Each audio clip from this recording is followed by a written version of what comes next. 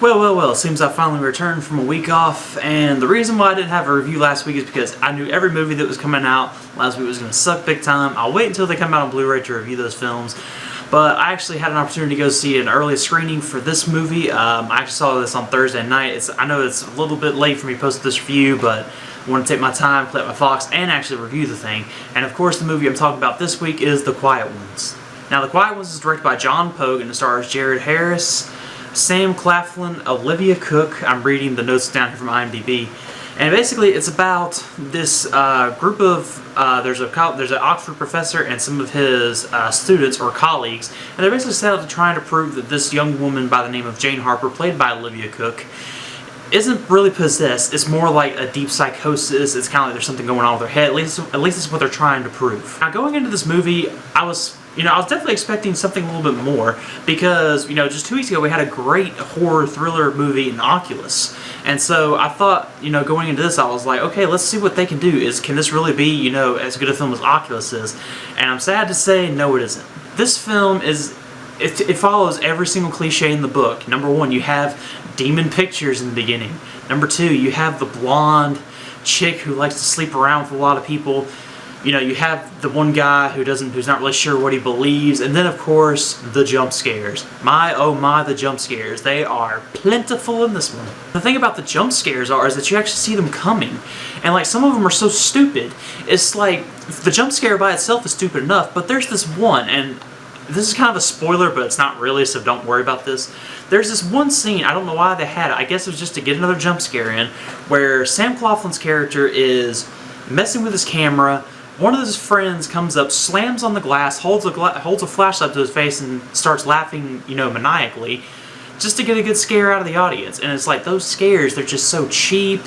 They're just, I don't really like them. They're too easy to predict because all you have to do is just listen for silence. 5 to 10 seconds later, something's going to jump up and there's going to be a loud bang. This movie was very loud.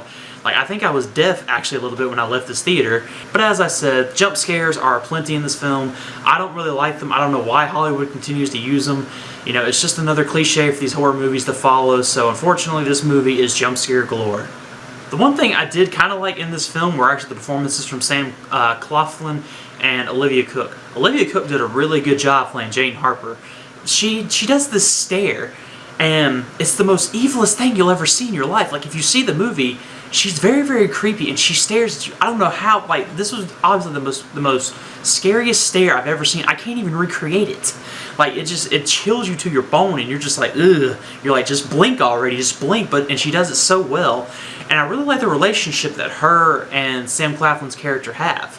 And, it's a little bit weird, yeah, it's a little bit understandable, but there are other relationships in this movie that are weirder. For example, Harris's character, he has a relationship with a bunch of people.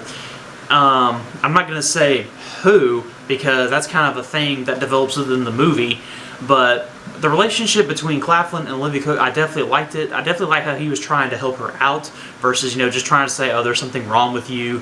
He understands that she needs, some professional help. He knows that she's possessed by something. This isn't something that could be cured, scientifically. So unfortunately, The Quiet Ones does fall a little bit short for me. Like I said, this movie just was filled to the brim with all the typical cliches and the scare jumps galore. I did like the performances from Sam Claflin and Olivia Cooke. Jared Harris was a little bit alright, but he's like one of the main guys, in these roles. Him and Sam Claflin definitely have some screen time behind them. Sam Claflin, of course, is from The Hunger Games: Catching Fire. And Jared Harris, everyone knows him as Moriarty from Sherlock. Yeah, Sherlock 2. I thought I said Doctor Who for a second. Overall, I'm going to give this movie a C-. I would say that you should probably wait till this maybe comes out on Blu-ray to check it out, or maybe rent it from Redbox or something like that, or maybe wait till it comes on Netflix. This isn't a movie that you're going to rush out and go see. It's definitely a cliche horror film. It's nowhere near as good as Oculus. It is a little bit better than Paranormal Activity 5, though, and so I will give it the regards on that.